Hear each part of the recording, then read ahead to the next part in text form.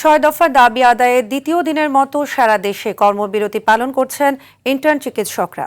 তাদের সঙ্গে সংহতি জানিয়ে কর্মবিরতির ঘোষণা দিয়েছেন ট্রেনি চিকিৎসকরাও। সকাল থেকে ইন্টার্ন ডক্টরস অ্যাসোসিয়েশনের ব্যানারে মানববন্ধন মিছিল সহ বিক্ষোভ করছেন আন্দোলনকারীরা। তাদের কর্মবিরতিতে ব্যাহত হচ্ছে চিকিৎসা সেবা। অনেক জায়গায় ভোগান্তিতে পড়েছেন রোগীরা। প্রতিনিধিদের পাঠানো তথ্যচিত্র আরও জানাচ্ছেন সুলাইমান কবির।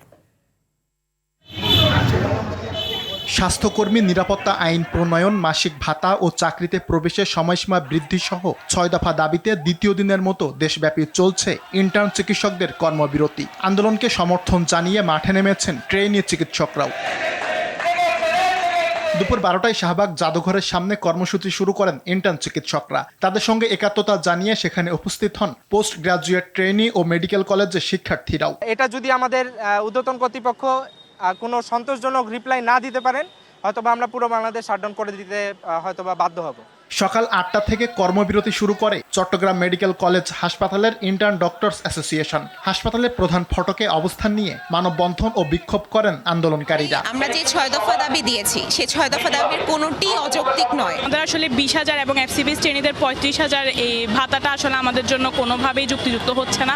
দ্বিতীয় দিনের মতো কর্মবিরতির ঘোষণা দিয়ে মানববন্ধন ও বিক্ষোভ করেছে রাজশাহী মেডিকেল কলেজ হাসপাতালের ইন্টার্ন চিকিৎসকরা। তারা দায়িত্ব পালন না করায় চিকিৎসা নিতে এসে দুর্ভোগে পড়েছেন অনেক রোগী। ডাক্তারদের যে দাবি দাওয়াগুলো আছে সেগুলো নিয়ে মাঝে মাঝে আমাদেরকে ভাবতে হবে এবং সেই জন্য আমরা এখানে দাঁড়িয়েছি। সারা দেশের মতো বরিশালের শেরেবাংলা মেডিকেল কলেজ হাসপাতালেও ইন্টার্ন চিকিৎসকদের কর্মবিরতি চলছে। এতে রোগীদের সেবা দিতে হিমশিম খাচ্ছেন অন্যান্য চিকিৎসকরা। সেবাটা যতখানি বেশি কলেবরে দেওয়ার কথা, অনেক ক্ষেত্রে ইন্টার্ন চিকিৎসক কম থাকার কারণে সেখানে হয়তো কিছুটা খামতি আমাদের হচ্ছে। দাবি আদায় না হওয়া পর্যন্ত আন্দোলন চালিয়ে যাওয়ার ঘোষণা দিয়েছেন রংপুর মেডিকেল কলেজ হাসপাতালের ইন্টার্ন চিকিৎসকরা। এখানে অনেক পেশেন্ট আছে, এখানে আমি কতবার যাব ডাক্তারকে ডাকতে, এখানে তো অবশ্যই কাউকে না কাউকে থাকতে হবে।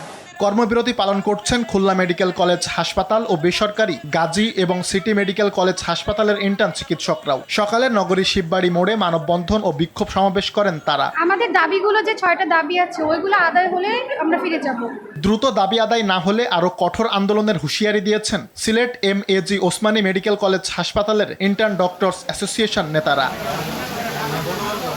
দাবি আদায়ে অনড় ময়মনসিংহ মেডিকেল কলেজ হাসপাতালের ইন্টার্ন চিকিৎসকরাও। কর্মঘণ্টা নির্দিষ্ট না, আমাদের কাজের পরিসীমা নির্দিষ্ট না, কিন্তু বেতন খুবই স্বল্প।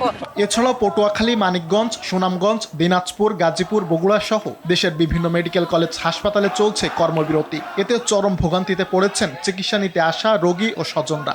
আর কোনো বৈষম্য ডাক্তার সমাজ মানবে না। সুলাইমান কবির, RTV।